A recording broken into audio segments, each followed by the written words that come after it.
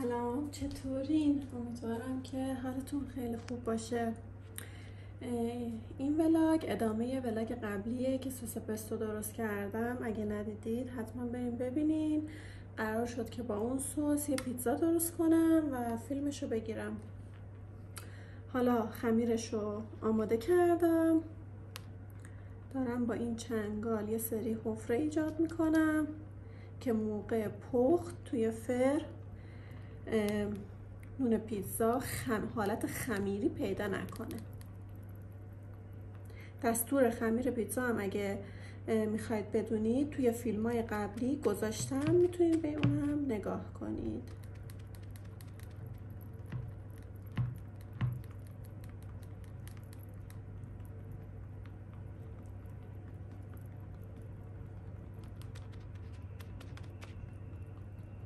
خیلی خوبه دیگه. حالا توی این مرحله میخوام از همین سس پستویی که درست کردم یه خمیرمون بریزم.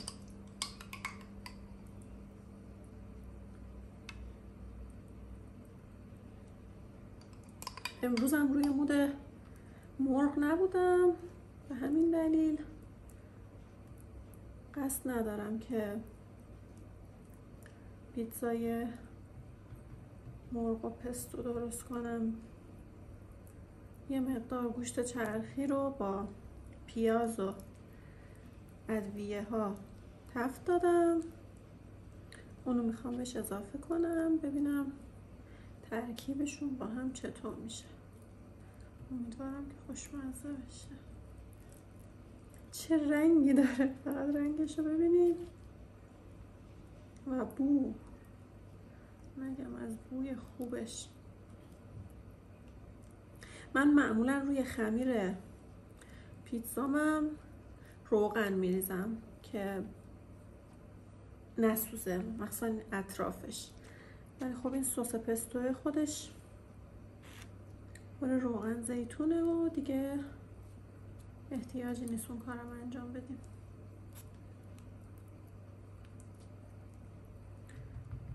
اینو که کامل پخش کردم نوبت میرسه به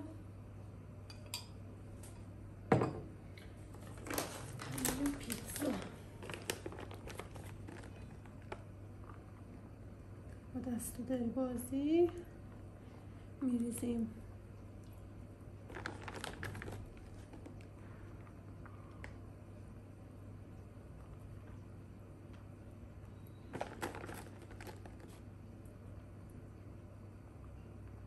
البته که مواد تاپینگ یعنی که مثلا برای روش میریزید دیگه سلیقه‌ایه، میگم حتی میتونین همینطوری هم بذارین توی فر و نوش جان کنید.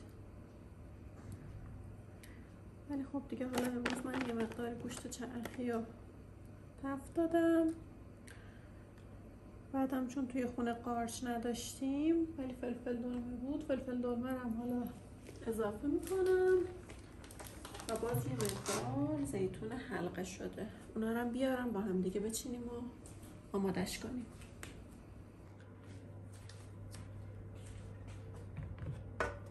گوشتا رو میریزیم روی پنیر.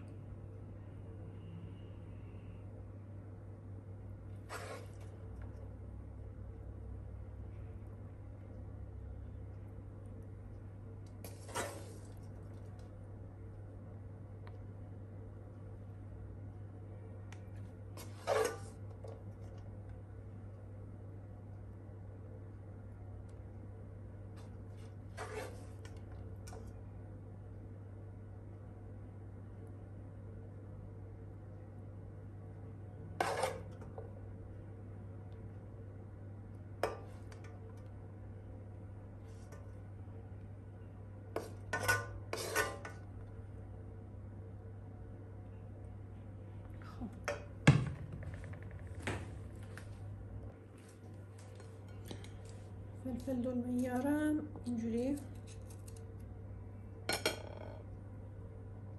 برش میزنیم و روی گوشتا میذاریم.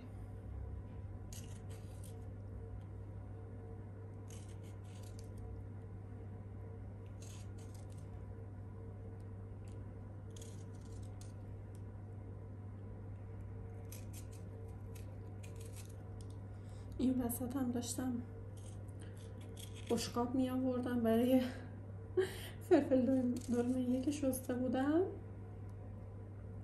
یه بار از دستم افتاد شکست. دیگه داشتم تمیزکاری میکردم و جارو برقی کشیدم که توی پام نره.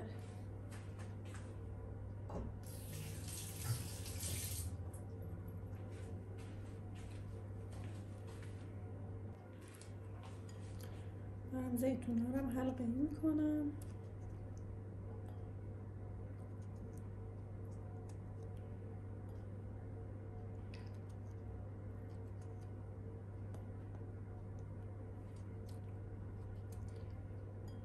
ولی به نظرم اول پنیر رو میریزم، بعد اینا رو میچینم روش، خوشگل‌ترش.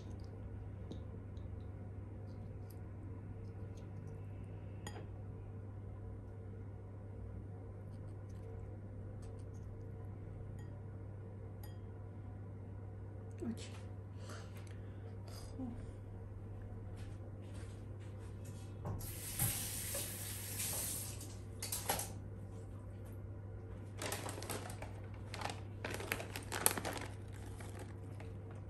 دوباره یه لایه پنیر تاپین دیگه، پنیر آخری.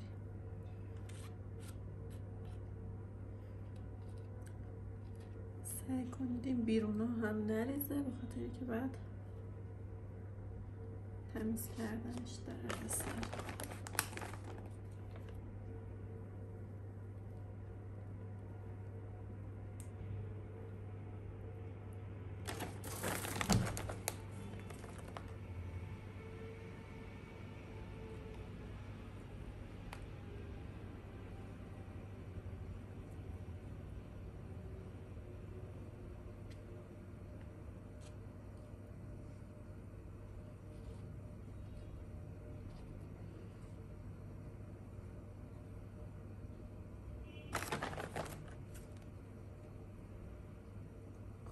فکر میکنم دیگه کافیه.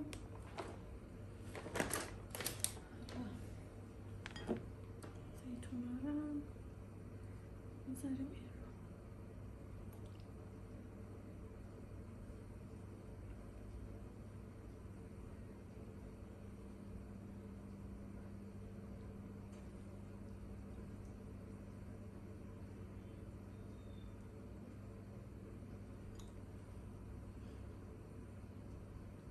حالا یه سری هم برنامه دارم که نون سیر با هم درست کنیم، چون خودم عاشقشم.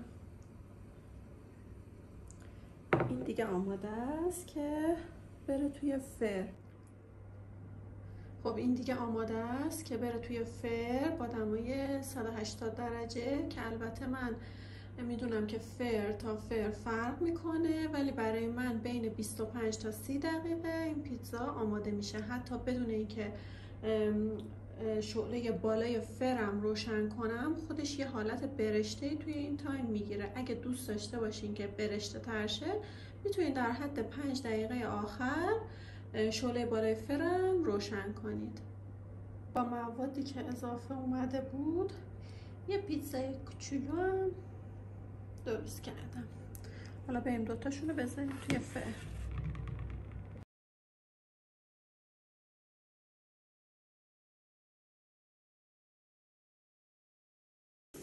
ببینید الان من حتی شعله بالای فرم روشن نکردم، اما خودش داره برشته میشه و کم کم دیگه آماده است. اینم از رخ کار که به نظر خودم واقعا خوب شده. کاملا هم خمیرش هم پنیر برشته است. امیدوارم که شما هم درست کنید و نوش جان کنید و خوشتون بیاد.